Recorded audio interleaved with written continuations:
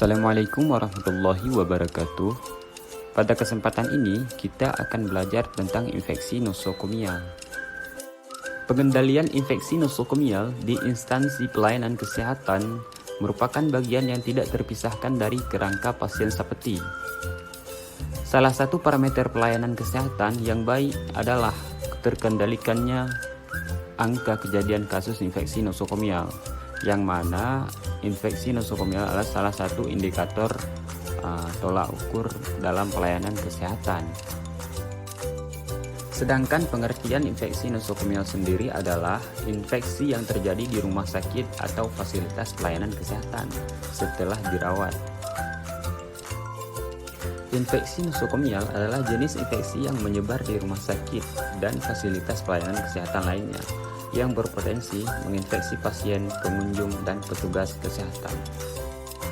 Adapun pencegahan dan pengendalian infeksi nosokomial menjadi tantangan di seluruh dunia karena infeksi nosokomial dapat meningkatkan morbiditas dan mortalitas serta meningkatkan biaya kesehatan disebabkan terjadinya penambahan waktu pengobatan dan perawatan di rumah sakit.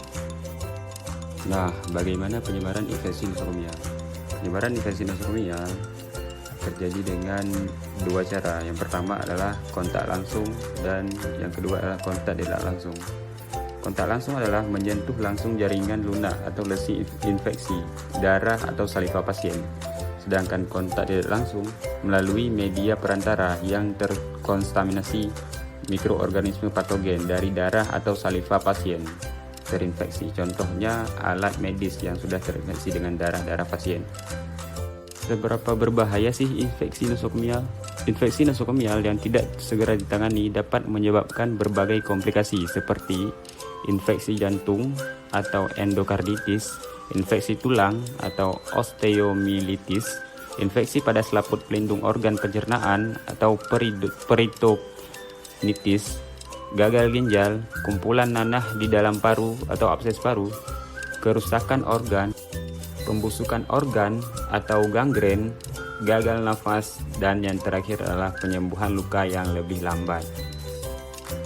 Selanjutnya adalah alur terjadinya infeksi nosokomial. Alurnya dimulai dari penyebab infeksi itu sendiri. Bisa disebabkan oleh bakteri, jamur, virus, dan parasit. Sumbernya bisa dari manusia, air dan larutan, obat-obatan, dan juga peralatan yang digunakan untuk menangani pasien. Tempat keluarnya bisa melalui ekskreta, sekreta, tetes. Contohnya, sekreta ini adalah seperti dahak, sedangkan tetes ini seperti darah. Sedangkan cara penularannya melalui kontak langsung dan tak langsung. Tetes melalui udara, benda seperti misalnya alat-alat kesehatan.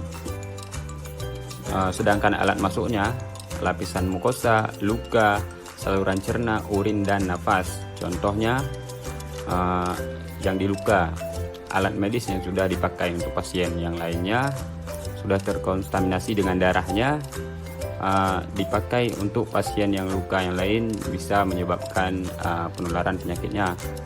Penjamu rentan, kekebalan lemah, pasca bedah, luka bakar, penyakit kronis, usia muda. Ini pasien yang rentan terkena infeksi nosokomial.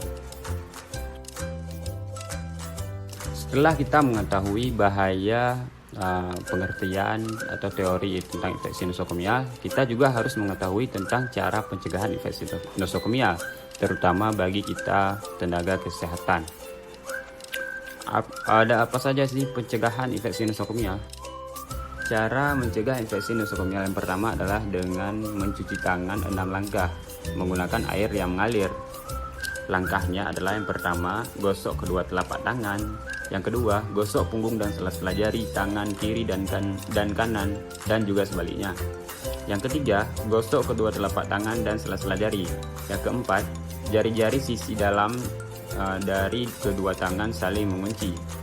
Yang kelima, gosok ibu jari kiri berputar dalam genggaman tangan kanan dan lakukan sebaliknya.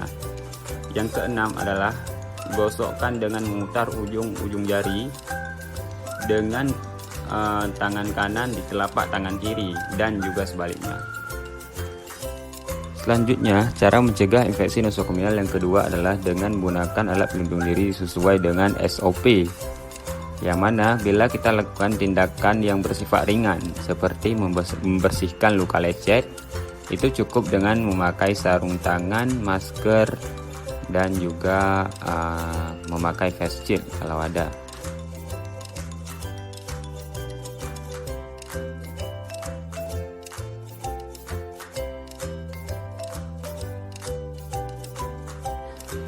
Untuk pencegahan infeksi nosokomial yang ketiga adalah dengan melakukan tindakan medis sesuai SOP dan sesuai indikasi.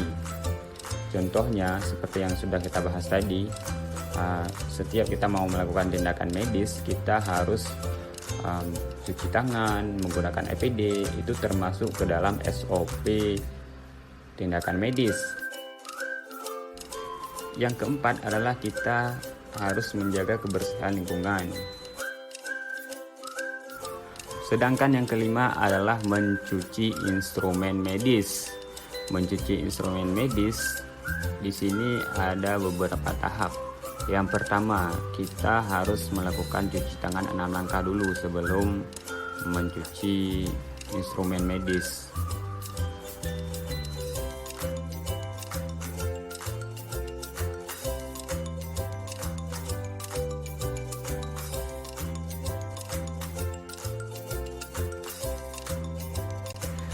Selanjutnya, setelah kita cuci tangan, kita akan memakai handscoon karena kita akan kontak langsung dengan cairan-cairan pasien yang ada pada alat medis.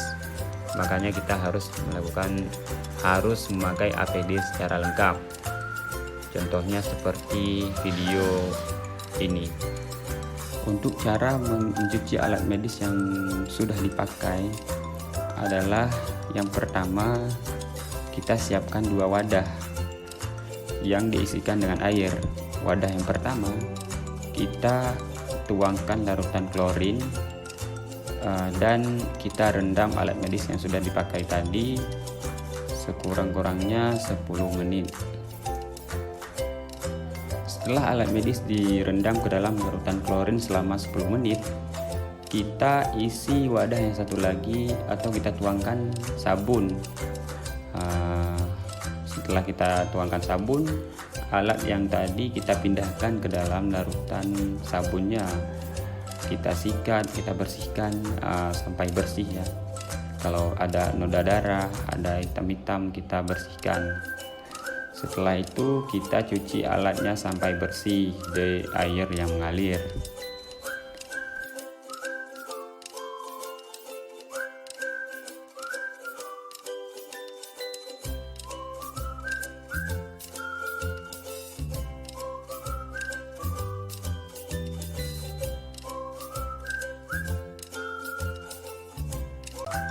Setelah kita bilas semua alat menggunakan air yang mengalir, selanjutnya kita mengelap semua alat menggunakan handuk bersih supaya nanti mudah dalam melakukan sterilisasi dalam alat steril yang menggunakan steril kering.